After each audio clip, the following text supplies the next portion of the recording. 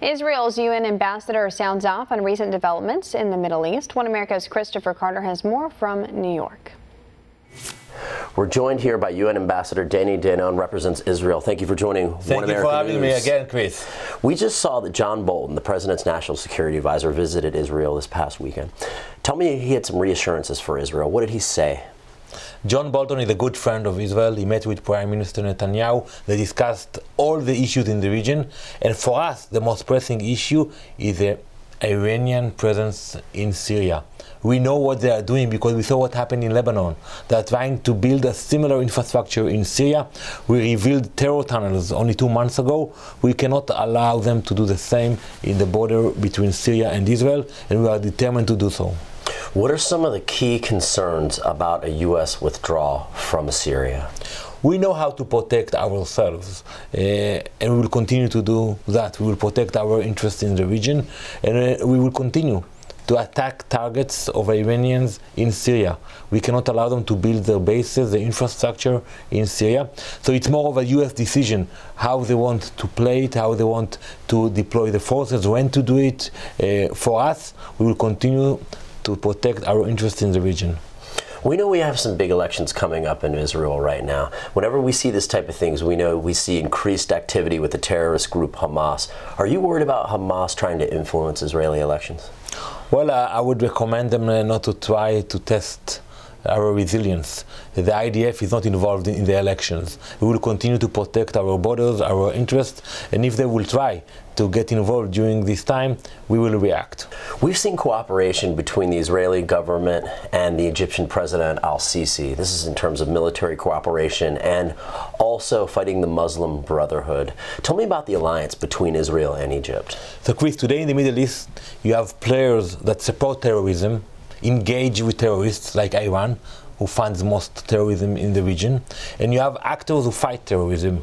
Egypt is fighting terrorism, and we appreciate that they are doing it. It serves their interest and our interest because we don't want to see terrorists in the Sinai Peninsula, because eventually they will team up with radicals in Gaza and it will affect Israel.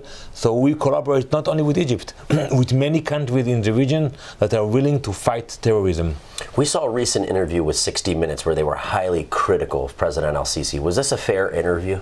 Well, we are not giving a grade to CNN or to any other media outlets, but we say that it's not a perfect world.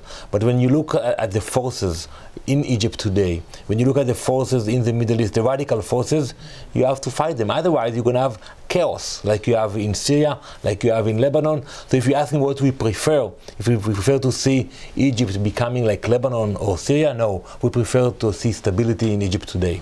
6 different countries have categorized the Muslim Brotherhood as a terrorist organization. What's Israel's stance on the Muslim Brotherhood? We know that the Muslim Brotherhood is very influential today. They try to hook up with Hamas. Hamas is a terrorist organization, a recognized terrorist organization, and in the past they cooperated. And for us it's dangerous because we saw weapons coming from Egypt into Gaza, and the other way.